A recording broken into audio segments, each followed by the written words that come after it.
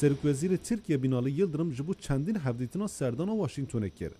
د پروگرام سردان یلدرم ده اوی لگل مای پنس را هفدیتنک بیگ بینه. پرزگرک یک هر سرکه دنابر هر دو والاتان ده جمعداندن خدمتن ویزانه. آلیه امریکا لسر وی که داخویان کوشاند و جمعداندن خدمتن ویزان سست کرد. او یک جا آلیه ترکیه و به کیفخواشی هات پیشوازی کردن. Amerika Birleşik Devletleri خدمتên vîzayên navbera Amerîka û Tirkiyeyê de berînha hatibûn cemidandin. Tevî ku niha sînordarin lê destpêkirina wan gaveke baş e. بردفق وزارت درve امریکا جه د پرس کنفرانسک ده بحث خدمتن ویزا کرد و د بیجه سنوردار جبه خدمتن ویزایان ل استانبول و ل انقره دست بکریه. that a limited number of appointments are now نها جمارک سنوردار جبو خدمتن ویزای دست بکر به تایبەتی ویزاین خوندکار و نخوشان.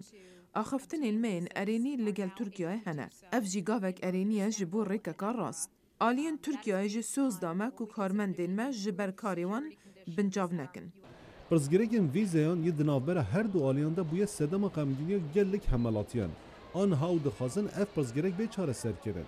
Bir süre sonra benim 1-2 ay sonra پشتی دو مهام ویزامن ده داوی ببه دوی از وی نو بکم او من باوره از دوی یکی دا راستی آسنگام بیم دخوازم من اوه که هر دو آلی وی یکی برین دیپلماتیک چاره سر بکن پروگرام سردان بینالی یلدرم یا واشنگتن تجیه و ته باور کردن که بابت سرکه یا سردان آوی یه به فتولاه گولن و زیدتر 15 سال ل امریکا ل ایالت پنسیلوانیا دجیو او آلی ترکیه جبو داربه لشکری و تانبار دکه. ده دربار رادستگران گولن ده آلی ترکیه چندین جاران هیئت رکن واشنگتنه. لطو انجام جوا سردان در نکتیه. سرک وزیر یلدرم جه بال کشان سر بیکی.